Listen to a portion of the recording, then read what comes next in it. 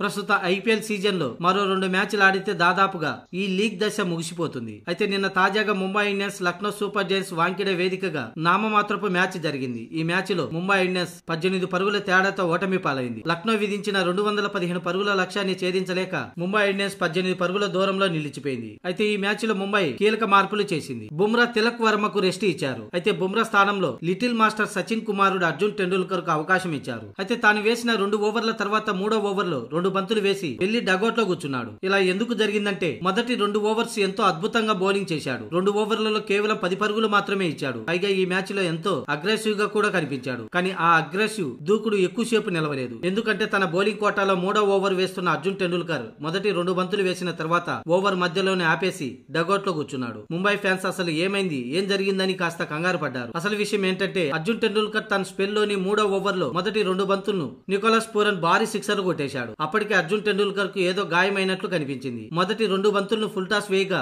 ఆ 2 full toss ని Pooran సిక్సర్లుగా మలిచాడు. ఆ తర్వాత గాయమైనట్టు వెళ్లి డగౌట్ లో కూర్చున్నాడు. ఫిజియే వెళ్లి అర్జున్ టెండూల్కర్ ని పరిశీలించాడు. ఇక ఆ తర్వాత తన గాయంపై ఎటువంటి అప్డేట్ లేదు. మొత్తంగా అర్జున్ టెండూల్కర్ 2 ఓవర్ల 2 బంతులు వేసి 22 పరుగులు ఇచ్చాడు. అయితే అంతకు ముందు ఓవర్లో అద్భుతంగా బౌలింగ్ చేసి మార్కో స్టోనిస్ ముందు తొడగొట్టిన అర్జున్ టెండూల్కర్ తన 3వ ఓవర్ స్పెల్లులో మాత్రం నికోలస్ పూరన్ వరుసగా 2 సిక్సర్లు బాదడం విశేషం.